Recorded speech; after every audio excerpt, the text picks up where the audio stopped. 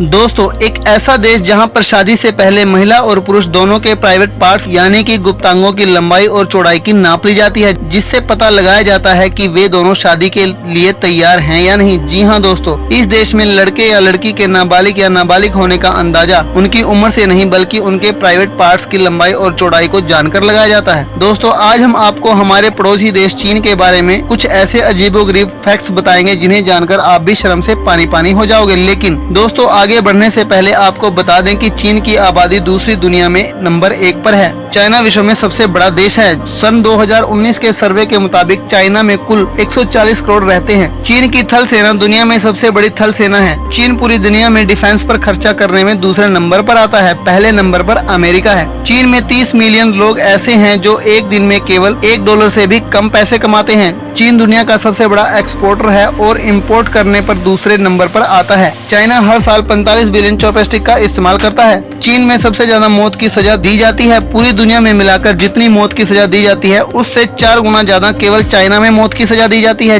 चीन के करीबन 45 मिलियन लोग अभी भी गुफाओं में रहते हैं। करीबन 700 मिलियन लोग चीन में गंदा पानी पीते हैं। सैन फ्रांसिस्को का 1/3 एयर पोल्यूशन चाइना की वजह से होता है। करीबन 78% सॉफ्टवेयर चाइना में जो इंस्टॉल किए जाते हैं वह पायरेटेड होते हैं। हर 30 सेकंड में एक बच्चा चीन में जन्म दोष के साथ पैदा होता है। 3 में से हर एक सॉक्स जो आप पहनते हैं वह चाइना के दांत अंजू की सिटी में बनाई जाती है। दोस्तों, चीन में शादी से पहले महिला और पुरुष दोनों के प्राइवेट पार्ट्स यानी गुप्तांगों की लंबाई और चौड़ाई की नाप ली जाती है, जिससे पता लगाया जाता है कि वे दोनों शादी के लिए तैयार हैं या नहीं। जी हाँ दोस्तों, इस देश में लड़के या लड़की के बालिग या नाबालिग होने का अंदाजा उनकी उम्र से नहीं बल्कि उनके प्राइवेट पार्ट्स की लंबाई और चौड़ाई को जानकर लगाया जाता है। दुनिया के कई देशों की तरह चीन में भी महिलाओं के साथ हिंसा गंभीर समस्या है। हालांकि हिंसा के यहाँ कई रूप हैं। इन्हीं में से एक तरीका है शादी के दौरान दुल्हन या दुल्हन की हम उम्र लड़कियों के साथ छेड़छाड़ करते हुए लोकगीत गाना। इस छेड़छाड़ को बकायदा एक परंपरा का रूप दिया गया है। ना वहाँ नाम की इस रस्म में दुल्हन को लेकर अजीबोगरीब गाने गाना और उसे जबरदस्ती शराब पिलाने जैसी बातें शामिल हैं।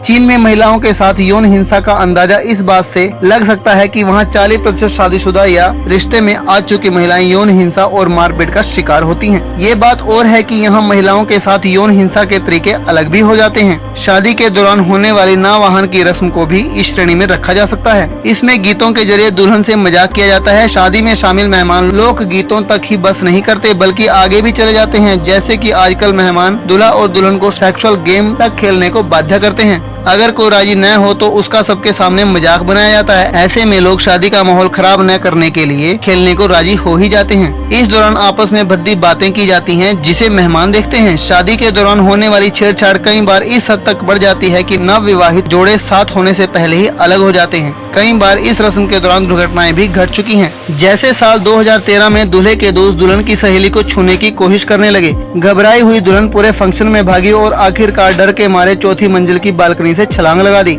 ऐसे हादसों के बाद चीन की सरकार ने शादी में होने वाले यौन दुर्व्यवहार पर कोई एक्शन नहीं लिया। यही कारण है कि आजकल कई युवतियां शादी से पहले बाकायदा कॉन्ट्रैक्ट करवा रही हैं कि शादी के दौरान इस तरह की रस्में नहीं होंगी जिसमें उसे या उसकी दोस्तों को छुआ जाए या जबरन ड्रिंक पिलाई जाए। चीन में हर साल लाखों की संख्या में लड़कियां अबॉर्शन कराती हैं क्योंकि चाइना में 1 चाइल्ड पॉलिसी लागू है। चीन का नेशनल स्पोर्ट टेबल टेनिस है। चीन में करीब 40 मिलियन लोग ऐसे हैं जिन्हें शादी करने के लिए बीवी नहीं मिलती। लेकिन 1973 में चाइना ने अमेरिका के सामने एक प्रस्ताव रखा था जिसमें चाइना करीबन 10 लाख चाइनीज वुमेन अमेरिका को देने वाला था, जिसकी वजह से अमेरिका की पॉपुलेशन बढ़ सके। चाइना में जो कंपनियां फ्रॉड करती हैं वहां उन्हें सीधे सजाए मौत दी जाती है। पूरी दुनिया के 50% सुअर केवल चाइना में है। पूरी दुनिया में जितने भी पांडा हैं वह सारे के सारे चाइना के हैं। अगर आपको चाइना देश के अलावा कहीं और कोई पांडा दिखाई देता है तो समझ लीजिएगा कि यह पांडा चीन से लीज पर लिया गया है। सन 2014 में चाइना दुनिया का सबसे बड़ा इकोनॉमी बन गया था।